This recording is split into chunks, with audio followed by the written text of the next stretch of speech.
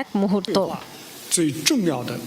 চীনের আহ্বানে গত রোববার বেইজিংয়ের আলোচনায় যোগ দিয়েছিলেন ফিলিস্তিনের 14টি সংগঠনের প্রতিনিধিরা।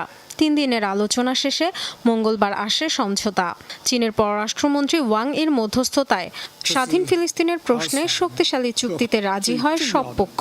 ঐকমত্যের ভিত্তিতে জাতীয় সরকার গঠনে একটি কাঠামো প্রণয়নে কাজ করবেন তারা। ফিলিস্তিনের সংগঠনগুলোর মধ্যে সবচেয়ে গুরুত্বপূর্ণ সমঝোতা হয়েছে।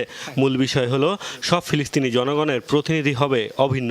এই চুক্তির অন্যতম বিষয় হচ্ছে জাতীয় ঐকমত্যের ভিত্তিতে অন্তর্বর্তী সরকার গঠন। বেইজিং সনদে স্বাক্ষরের পর একসাথে কাজের অঙ্গীকার করেছে হামাস ও ফাতাহ সহ সব পক্ষ। চীনের ভূমিকার জন্য কৃতজ্ঞতা জানান ফিলিস্তিনি নেতারা। যৌথ বিবৃতিতে জানানো হয়, ইসরায়েলের দখলকৃত ভূমিতে ফিলিস্তিন রাষ্ট্র প্রতিষ্ঠায় কাজ করবেন তারা।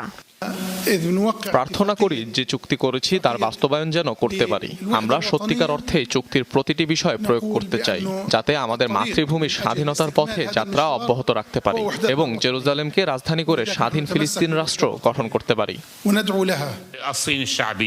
অনেক আশার আলো দেখছি আমরা। বিশ্বজুড়ে ফিলিস্তিনের সমর্থনে বিক্ষোভ, বিভিন্ন বিশ্ববিদ্যালয়ের ছাত্ররা ইসরায়েলের বিরুদ্ধে প্রতিবাদে মুখর হয়েছে।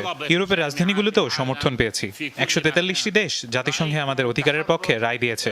ফিলিস্তিনের সংগ্রামে চীন গুরুত্বপূর্ণ ভূমিকা রেখেছে।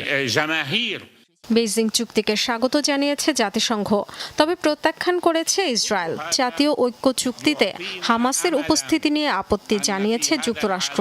2011 সালে একই ধরনের চুক্তি হয়েছিল ফিলিস্তিনি সংগঠনগুলোর মধ্যে, যদিও পরবর্তীতে ব্যর্থ হয় তা।